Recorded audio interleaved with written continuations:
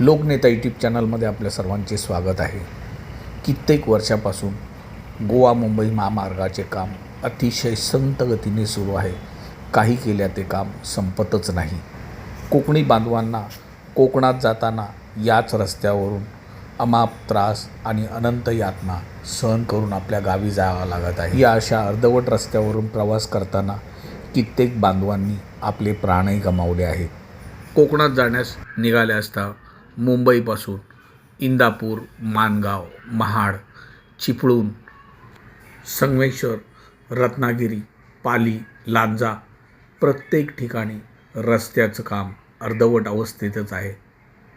कोकणात या रस्त्यावरून जाताना अक्षरशः प्रवाशांची आणि ड्रायव्हरची दमछाक होते आणि केव्हा एकदा प्रवास संपतो आणि घरी जातो असं ड्रायव्हरला आणि प्रवाशांनाही वाटू लागतं. वेरळच्या छोट्याशा घाटात डोंगर फोडण्याचं काम चालू आहे.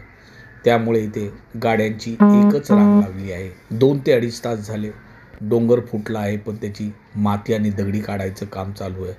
त्यामुळे गाड्यांची एकच रांग लागली आहे.